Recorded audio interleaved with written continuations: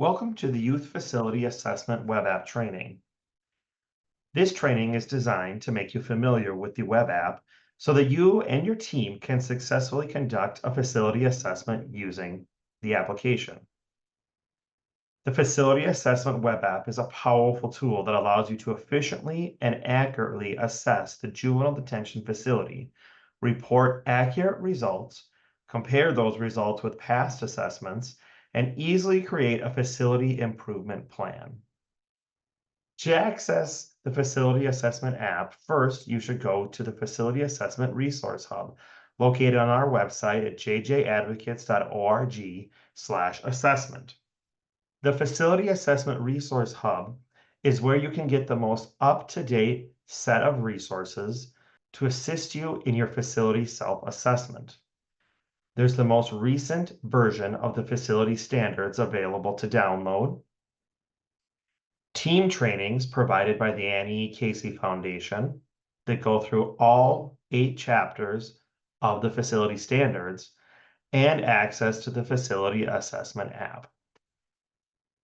Once you've launched the Facility Assessment app, you can log in using your email and password that has been provided to you when your team leader registered your team for the assessment. In this case, for the purposes of this training, we'll be using a test login. When you first log in to the Facility Assessment app, you will view your home page. Your home page is where you will see all of the sections that have been assigned to you. Now, before we go any further, it's important to understand how the standards are structured and how the app uses that same structure for you to navigate. The standards are broken down into 8 sections or chapters that cover each of the core 8 areas of the facility. Then within each section, there are a number of subsections. And within each subsection are the individual standards that apply to that subsection.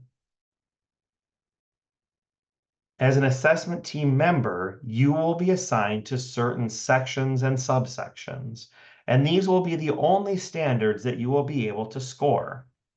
So again, on your home screen, you will only see the subsections that have been assigned to you. Under the header for each subsection, you'll see which chapter or section this is a part of. In this case, Chapter 2, Health and Mental Health. And you'll also see how many standards are contained in that subsection and how many have left to be completed. In this case, I have already completed 24 of the 34 standards in this subsection. Any section that has a check mark indicates that that section has already been completed. To view the standards and score the standards in that subsection, simply click on the subsection and you will see a list of the standards. Here you will see simply a short description of each standard. And again, you will see a check mark for any standard that has already received its overall score. You can also choose to just view your unanswered standards. So these will be the standards that have not received an overall score. So I'll click into the first standard, and here on the pull-out menu to the right, I will see the full details of the standard and then the scores. I can simply click the More button to get a complete view of all of the text for this standard. Below the text of the standard, you'll see a series of sources and scores for each of those sources, as well as an overall score for this standard. It is important to understand the purpose of these sources. In order to provide a score for each of your standards, there's a number of different possible inputs or data sources, and each of those data sources can receive a score. So you may be reviewing documents, you may be reviewing interviews that you have conducted with youth in the facility or family of youth in the facility, as well as staff, or your observations of the facility. Depending on the type of standard will determine the data sources that are available for that standard. If the standard indicates that there should be written documentation, you will see documents as one of your data sources. If the standard indicates something that can be visually observed, such as rules that are supposed to be posted visibly, or lighting or ventilation requirements in the facility, these are also standards that can be verified using the data source of your observations of the facility. And then you'll have the final or overall score for the standard. So for this standard that I'm reviewing, I have both documents as a data source and staff interviews. You may go through the standards that you've been assigned and score all of a data source first, such as all of the documents, and then come back and score the interviews. The overall score, where it indicates if the facility meets the standard, is left up to your best judgment based on the information that you have gathered. The software will not automatically provide an overall score, regardless of the scores that you have provided for the different data sources. This means using your best judgment, even if one of the data sources says no, partial, or no information. That does not restrict you from the overall score that you can provide this standard. What are the possible scores that you can provide to a data source or to the overall standard when assessing the standards? There are 4 potential scores. Yes, meaning that the facility meets the standard. Partial, or sometimes, indicating that only part of the standard is met or only sometimes that standard is met. No, indicating that the standard is not met. And no information or insufficient information, indicating that as the assessor, you do not have sufficient information to provide a score to this standard. And finally, you can also enter notes in for each standard. The notes for an individual standard may indicate certain observations that you had while conducting the assessment, certain responses from an interview that seemed noteworthy, or information that you may want to have, or that the team leader may want to have when you're writing the final report, or information that will inform what overall score you should give this standard. In order to submit a note, you can type into the notes field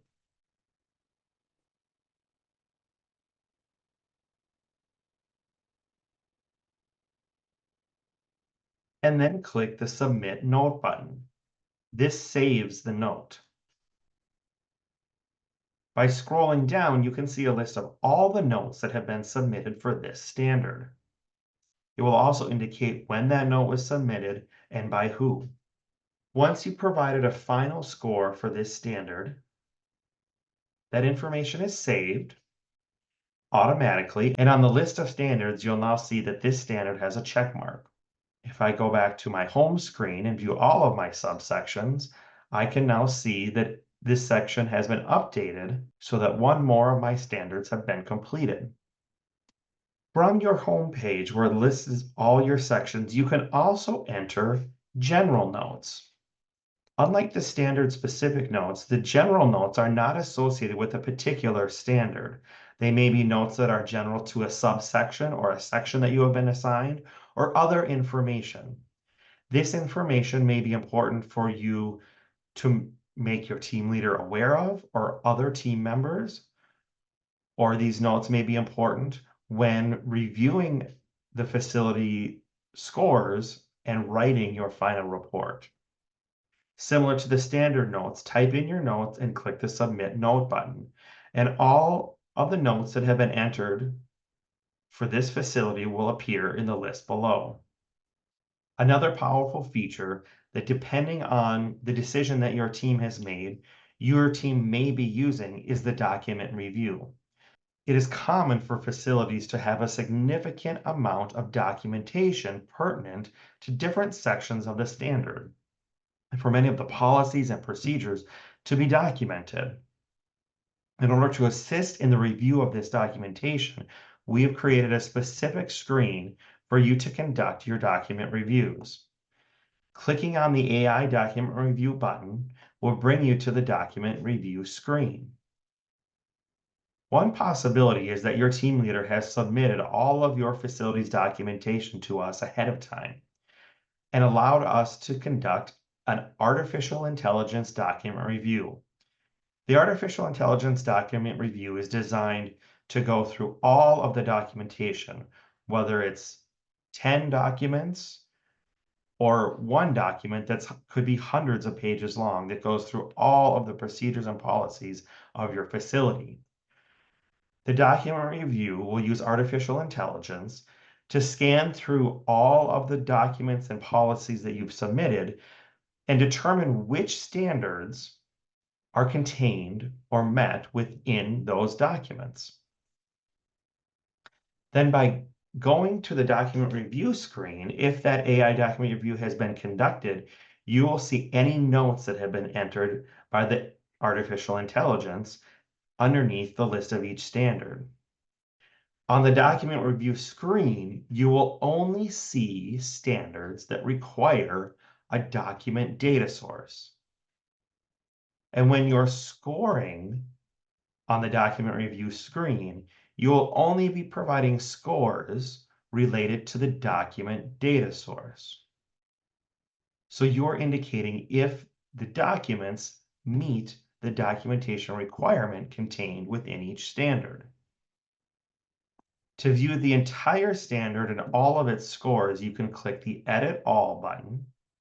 And once again, you'll see each standard and every data source now associated with that standard. You now can give it an overall score or enter specific notes for that standard.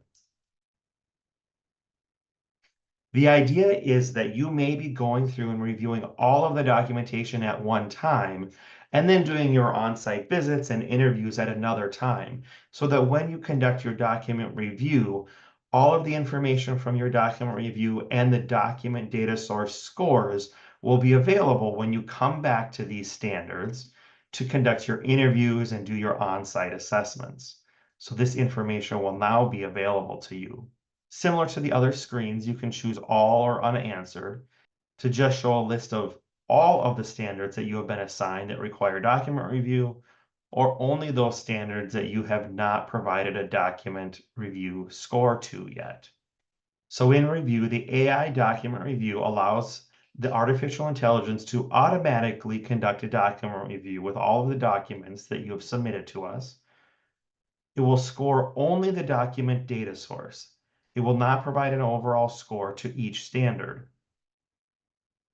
And the AI will select that the document data source is a yes, only if there's a high level of certainty. But if it appears that the documents do not meet the standard, it will not automatically score it as no, but rather leave it as blank. And then in the AI analysis of the documents that will appear on your screen will indicate that it appears to either be incomplete or not meeting the standard. It provides the analysis as well as displaying the relevant sections of your documentation where it identified for its analysis. The final screen that we'll evaluate in this training is the All Sections screen. The All Sections screen allows you to navigate to any of the sections or chapters of the standards. Here you'll see a list of all of the 8 sections where you can click on and then see the list of subsections. However, you will not be able to edit any of the scores for any of the standards in subsections that are not assigned to you. This concludes the Youth Facility Assessment web app training. For additional resources, please go to the Facility Assessment Resource Hub or contact your team leader for additional information.